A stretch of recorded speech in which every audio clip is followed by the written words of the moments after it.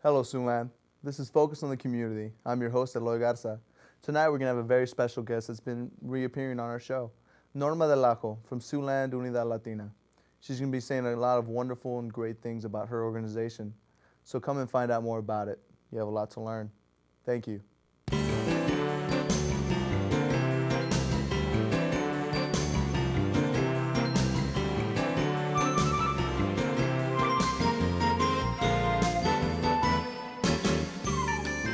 Hello, Siouxland, and welcome to Focus on the Community. I'm your host, Eloy Garza, and we are here again with Norma Del Lajo from Siouxland Unidad Latina. Hello, Norma. Thank you again for being here. Thank you for inviting me back again.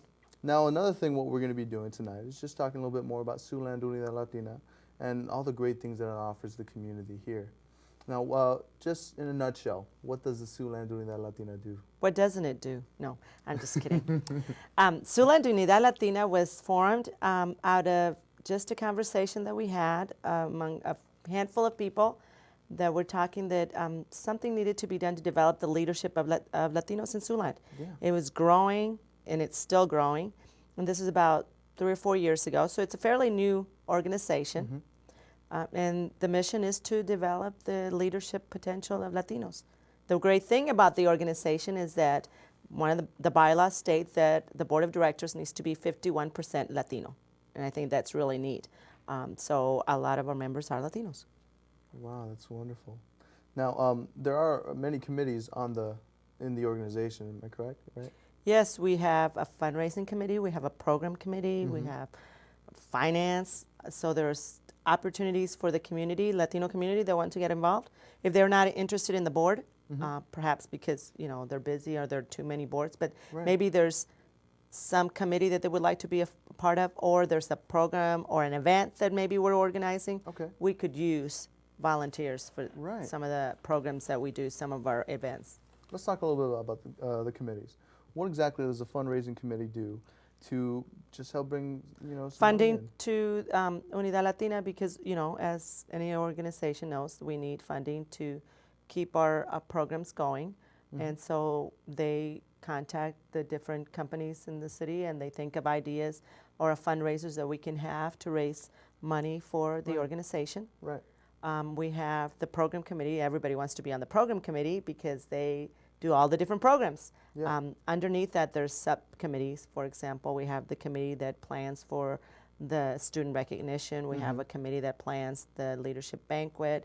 We have a committee that helps plan Hispanic Heritage Month and so forth. So we could use people in all those committees. So it's the fundraising committee and then the program committee. Now, you mentioned the Siouxland student. We have several events that Unidad Latina is known for. And one of the things that we started doing was in conjunction with the Cinco de Mayo celebration, is that we wanted to recognize Latino students. We wanted to make that seems that it was important for them to be in school and to continue their education.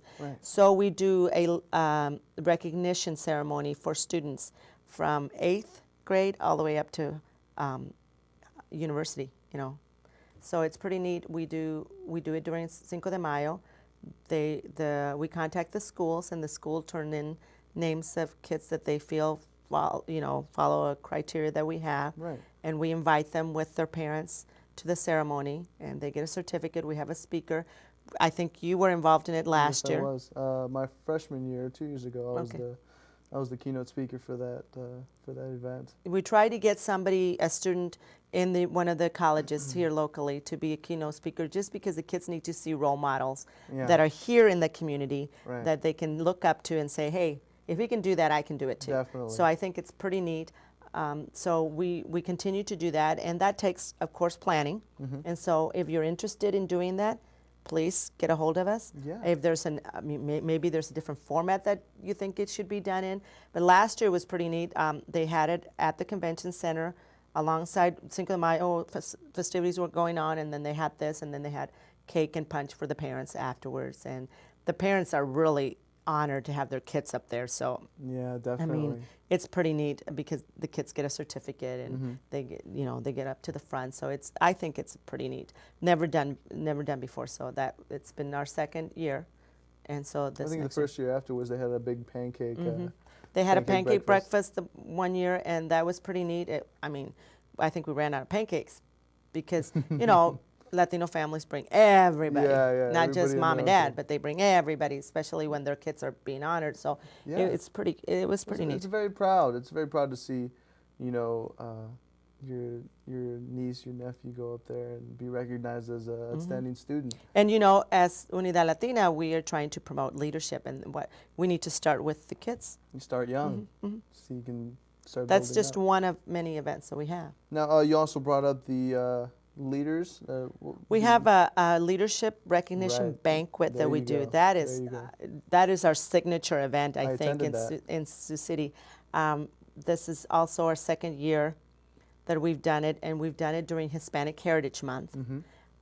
It's a banquet, pretty classy. I think it's pretty neat because we give out awards in different categories. We give an award for community involvement. We give an award for business leader of the year. We give an award for arts and culture. Right. So a different. There's 5 awards, and then we have a lifetime achievement award that we didn't do last year. This is the first time that we've done it. And the people that are elected are grassroots people, so it's pretty neat because some of them have never been to a banquet of this size, or even, you know, something like as fancy, because we try to make it really, really special for people. Catered. Well catered. I think the food was wonderful. We had Latino food, and we recognized this year. We recognized a group of young kids that are keeping the traditions of folk dancing, Mexican folk dancing, alive.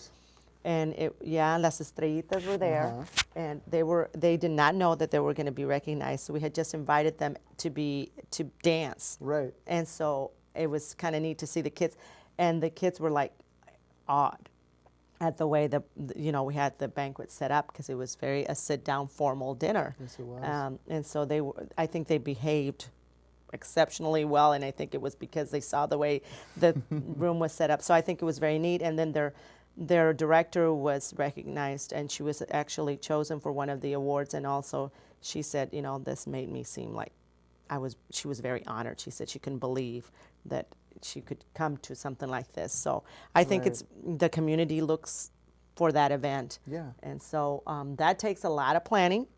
It takes a lot of fundraising. So we're always needing people. We got a lot of help from students, setting up the tables, you know, doing the decorations, doing the invitations, because we have to have nominations of, you know, of the different categories. We have a committee that then selects the winners, and so we have to have, you know, we have a keynote speaker, you know, what we're going to do for entertainment. So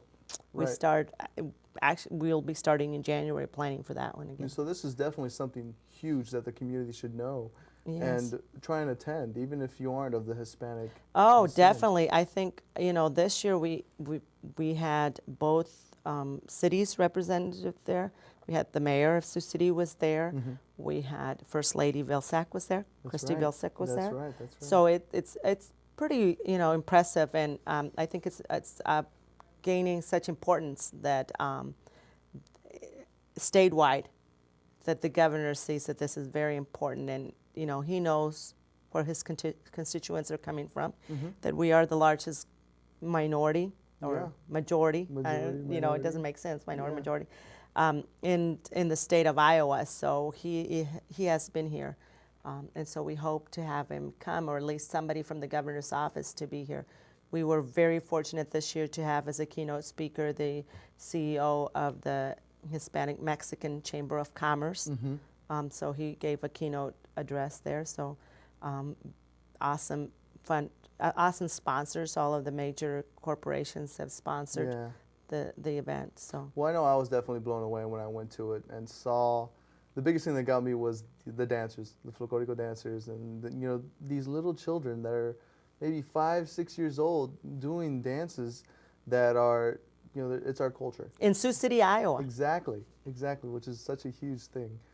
So when, you know, seeing that, it gave me such a wealth of pride, knowing, you know, this is how far we're expanding out, and I think that's one of the missions also of Unidad Latina, to recognize our community as a very vibrant community that Diverse has a as well. lot to offer Yeah. in terms of leadership, in terms of arts and culture. Right. So this year we also do, we help coordinate the Hispanic Heritage Month events, which happen from September 15th through October 15th. That's another thing that Unidad Latina does. And what we try to do is we try to find out all the different activities that are going on around Siouxland and make sure that it's put on one poster Yeah. on our website so that people know that you go to Unidad Latina, we'll find out everything that's going on.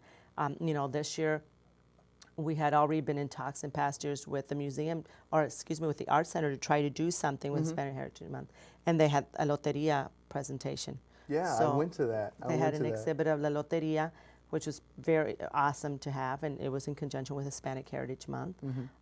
So the museum did something over there. We had a window at the library. So different things going on. We had a Morningside College had a presentation on Latinos and Latinos in Siouxland, right. and things like that, and Spanish videos. So it's growing, Yeah. and I think Siouxland Unidad Latina had a lot to do with that because Right. we try to make the community aware of that we are here, and so that's one of our missions too. What does an individual who is Hispanic or maybe not Hispanic, who really wants to make a difference in this organization, that really knows and feels what a big push this organization is doing for the community, what can somebody like that do to be on the board, to be on a committee?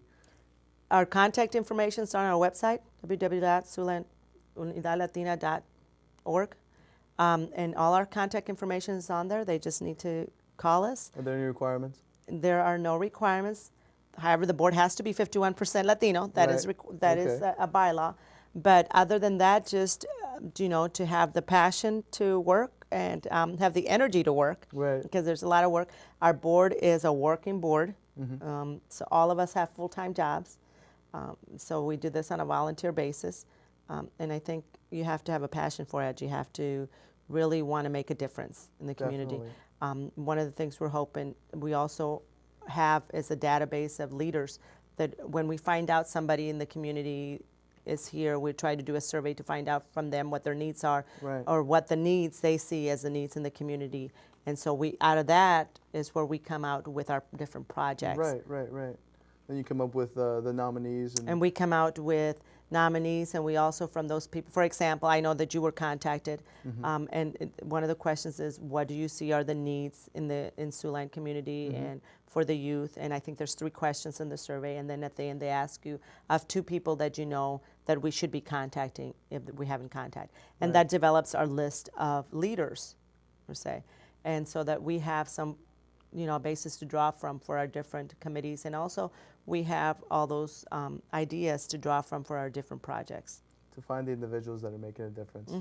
Well, that's great, and I think everybody who wants to make a difference in the community should definitely contact your organization. I think it's a very well organized and coordinated committee, and very willing and very passionate for what they're doing. Thank you. Thank you very much for being here tonight. Norma. Well, thank you for having me. This has been Focus on Your Community. I'm Eloy Garza, and this is Norma de Abajo. Thank you, Siouxland.